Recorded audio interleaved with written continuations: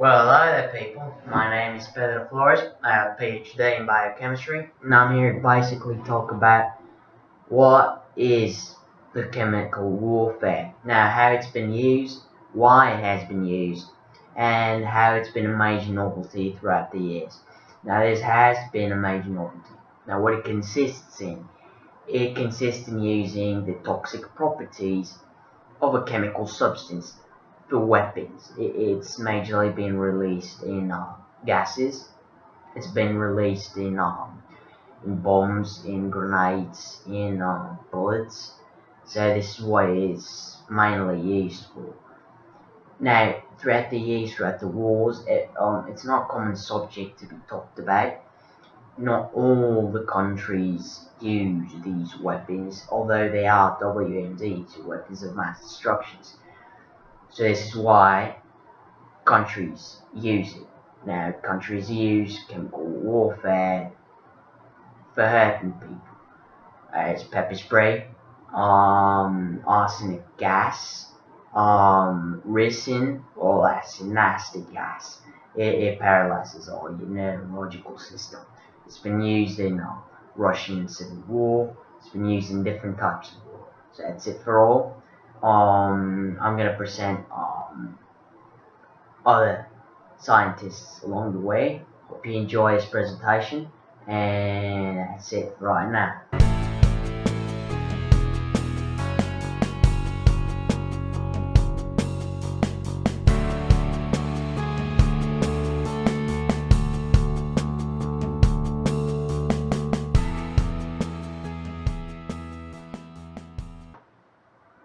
Well, again, next on our list is Alex. He's another scientist. He's going to explain his part in a few moments. Well, enjoy. Thank you, Pedro. Hello, everyone.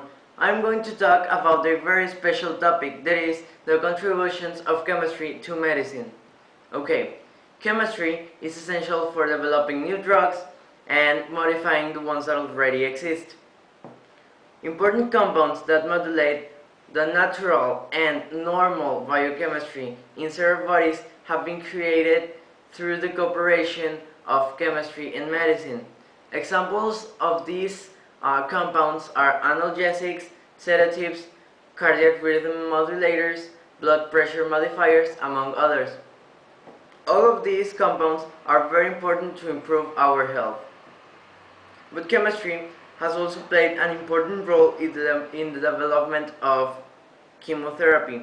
Chemotherapy is the controlled use of chemicals to, to treat cancer. These chemicals attack cancerous tumors, but not always normal cells are left unharmed. This might seem dangerous, but it is one of the few options to attack cancer. Okay, so far we have seen how chemistry and medicine have cooperated to improve our health and our lives. I hope you liked it, and thank you. Let's go back with my partner Pedro, who is ready to speak. Well, thank you, Alex, for that marvelous explanation. Now here comes Iran. Thank you, Pedro. Now I'm going to talk about two of the wide varieties of applications that chemistry has in our food. What are those two applications? Well, at first, we have the creation of synthetic vitamins. Those vitamins are exactly the same as naturals, but are not created in the same way. That's the difference. Ones are created in a lab and the others are created by some fruits naturally. The second application is artificial preservatives. We know natural process of preservation of food, such as conservation with lemon, sugar, salt, or oil, but it is easier to add a chemical preservative. The most useful and secure for food are sodium benzoate, potassium sorbate, and sodium sulfate, and as antioxidants for food, ascorbic acid, lactic acid, acetic acid, and sulfur dioxide. Chemistry had studied its properties and recognized them as preservatives, which made life of food longer. That's the importance of chemistry in our food.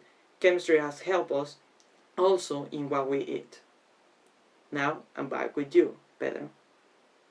I completely agree on that, Iran. Well, next up is Hector. He's got a pretty interesting subject on his hands. Thanks, Pedro. Well, I'm going to talk to you about the chemistry and the global warming. Global warming is a serious problem that is affecting our world. It consists in the opening of the ozone layer caused by some gases. These gases affect the ozone, producing a hole in the layer where the UV rays can enter easily to the earth. It is a chemical reaction between the ozone and the gases. Some gases like the CFC break down the chemical bonds of the ozone, O3, producing simple oxygen and leaving a space in that area. So we have to do something to stop the emission of these gases and help in the world. We return with you, Pedro. Okay, Hector, couldn't agree anymore. Well, here comes Spider-Man. Yep. Okay, Hector, couldn't agree anymore. Well, here comes Spider-Man. Yep. Thanks. For years we have been focusing on the CO2 because it's the greenhouse gas with more presence in the atmosphere. So we haven't noticed that there's another greenhouse gas that causes 7,000 times the damage that the CO2 causes. Its name is perfluorotributylamine. To prevent the emissions of this gas, just don't buy more electronics than the ones you need. To make the wires, perfluorotributylamine is myth. Finally, don't buy solar panels. The industries have been creating millions of them, and at the time, millions of pounds of sludge and contaminated water. The cleanest energies are the wind and the biomass. Another way to see things, we could use nuclear energy, which is very clean. People think that when we talk about nuclear energy, we talk about catastrophes, but that's not right. If the government, as well as the private sector, invest enough in the research of this kind of energy, we could avoid catastrophes, as well as we could also provide the entire humanity with energy, with almost no contamination in the process, so it might be a good alternative. That's it. We're going now with Pedro. Well, have you seen in the past explanations, chemistry has helped in every single detail, even if it's in warfare. It's helped in the solutions that we propose. We well, what we've basically come at through is that chemistry has helped us in every single way in our life. Now, there's a saying that my teacher used to say. She was a chemistry teacher. She used to say that chemistry applied is actually technology. Yeah, so chemistry is everywhere. Everywhere you look is chemistry. Knowledge is technology, and chemistry gives us the knowledge we need to apply technology. And this is basically why we come to talk about this.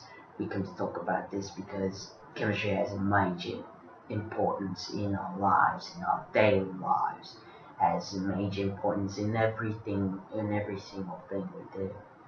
And well, thanks for waiting a while. If you got a little bored, I'm sorry.